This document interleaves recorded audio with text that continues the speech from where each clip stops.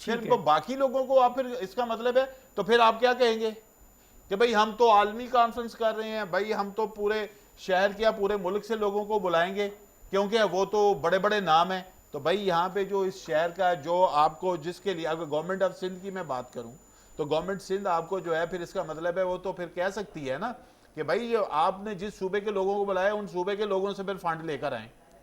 تو آپ کو یہ صوبہ فنڈ دے رہا ہے تو اس کا مطلب ہے کہ اس صوبے سے وابستہ جو یہاں کے ہیبیٹنٹس ہیں، جو یہاں کے شہری ہیں، ان کے لوگوں کی آپ کو خیال رکھنا ہے. اور جب آپ کے لیے ایک ایمرجنسی کی صورتحال پیدا ہوگی ہے تو تب آپ کے لیے کیا مشکل ہے. آپ ایک اپنی گورننگ باڈی جیسی بھی ہے، ہم اس کو مانتے نہیں ہیں، لیکن اس وقت جو بھی ہے تو آپ اس میں بیٹھ کے بات کر سکتے ہیں. جی اس وقت یہ سچویشن ہے، آپ ہم اپنے فنڈ کا اتنا پرسنٹ جو ہے اس کام کے لیے مختص کرتے ہیں اور اس کے لیے جو ہے وہ کوئی پابندی بھی نہیں ہے. اتنی اتھارٹی جو ہے وہ تو آپ نے اور بڑے بڑے کام کر لی ہیں، وہ کس سے پوچھ کے کی ہیں؟ بالکل جو اپنے نام پہ بلڈنگ، مجھے بتائیں وہاں پہ ایک بلڈنگ کا نام ان کے نام سے رکھا گیا ہے، وہ اس کو کس نے حق دیا؟ وہ پیسے انہوں نے دیے ہوئے ہیں، وہ پیسے تو پبلک کے ہیں، انہوں نے اپنے گھر سے پیسے تو نہیں لیے، تو کیوں اپنا نام رکھا وہاں پہ اس بلڈنگ کا؟ ٹھیک ہے، بہت درست، آپ کا نقطہ آ گیا. ناظرین کرام، یہ ایک وہ سچویشن ہے جہاں واقعی پین ہے اور خاص کر کے اس حساس طبقے کے لیے جو ہمارے آرٹسٹ ہیں، لیکن سبھی لوگ پریشانی میں ہیں اور ان سبھی لوگوں کے لیے کام کرنے والے وہ تمام لوگ جو اس وقت میدان عمل میں ہیں. تو میں چاہوں گا آپ سے عبدالرحیم بابر صاحب، آپ کیا سمجھتے ہیں یہی کام جو آپ کر رہے ہیں اور جو دیگر فلاحی ادارے کر رہے ہیں، اس کی وجہ سے ہم سارے مسائل سے نکل جائیں گے؟ یہی واحد حل ہے؟ نہیں دیکھیں، ہم جو کر رہے ہیں ہم اپنی اخلاقی تقاضے پورے کر رہے ہیں، اپنی جتنے وسائل ہیں اس کے اندر رہتے ہوئے کام کر رہے ہیں، سروسز دے رہے ہیں انسانیت کی بقا کے لیے. ٹھیک ہے نا، باقی تو کام اصل تو گورنمنٹ کا ہے. ٹھیک ہے، اصل انسانیت جو گورنمنٹ آتی ہے اس کا کام ہے انسانوں کی فلاح و بہبود کرنا، ان کی ویلفیئر کرنا، ان کے لیے رولز بنانا، ان کے لیے سیٹلمنٹ کرنا. ہم جو کرتے ہیں وہ ہم اپنے شولڈر پہ اپنے بیس کے اوپر کر رہے ہیں. اس کا مقصد یہ ہے کہ ہم ایک اخلاقی تقاضے جیسے سر نے بات کی ہے تو ہم اس کو پورا کر رہے ہیں. ٹھیک ہے. اچھا، آپ کیا سمجھتے ہیں کہ اگر یہ بنیادی ذمہ داری حکومت کی ہے تو فلاحی اداروں کا بھی ایک سانس ہے نا، وہ ایک سطح پہ جا کر ڈونر بھی ٹوٹ سکتا ہے نا، وہ کہہ سکتا ہے کہ یار میں مسلسل کرتے کرتے اس اسٹیج پہ آ گیا ہوں. تو اگر خدا نخواستہ ایسی صورتحال آ گئی تو پھر کیا بنے گا؟ دیکھیں، ڈونر تو ٹوٹتے بھی رہتے ہیں اور نئے آتے بھی رہتے ہیں. یہ اللہ کا نظام ہے، اللہ چلا رہا ہے. جس کی دل میں ڈالتا ہے وہ آگے آ جاتا ہے اور جس کی دل سے نکالتا ہے وہ پیچھے چلا جاتا ہے. میں نے آپ کو بتایا نا کہ اصل کام گورنمنٹ کا ہے. گورنمنٹ اس جگہ پہ فیل ہے. گورنمنٹ فیل ہے، مطلب ہمیں گورنمنٹ کہیں نظر نہیں آ رہی. یعنی گورنمنٹ کا فیلئر ہے کہ اس لیے فلاحی ادارے جو ہے وہ سامنے آ گئے. ہاں بالکل گورنمنٹ ہمیں جو ہے نا، مطلب جس طرح سے گورنمنٹ کے پاس وسائل ہے، سورسز ہیں، ان کو لانا چاہیے تھا نا. جی گراؤنڈ پہ کہیں نہیں. ایک اور گزارش ہے، آپ اپنی جگہ پہ کام کر رہے ہیں، کچھ اور ادارے ہیں وہ اپنی جگہ پہ کام کر رہے ہیں. کیا ایسا درست نہیں ہوگا کہ تمام اداروں کو ایک پیج پہ لایا جائے اور اکٹھے ہو کر ایک پوری جو ہے وہ منظم انداز میں کام کیا جائے، چھوٹے چھوٹے حصوں کے بجائے؟ نہیں، ایسا اتنا آسان نہیں ہے، کیونکہ ہر بندے کے اپنے مفادات ہیں، اپنے معاملات ہیں اور اپنے جو ہے نا سسٹم ہے اور اپنی جوریڈکشن ہے اس کی، اپنے ایریاز ہیں. اب وہ ایک جگہ پہ لا کے پھر بات تو وہی آ جائے گی، پھر اس کی ایم اور آبجیکٹیوز جو ہے وہ آپس میں پھر وہ نہیں بنے گا. بہت درست. ناظرین کرام، انوار رمضان جاری ہے. ایک وقفہ اور وقفے کے بعد ہم ملتے ہیں.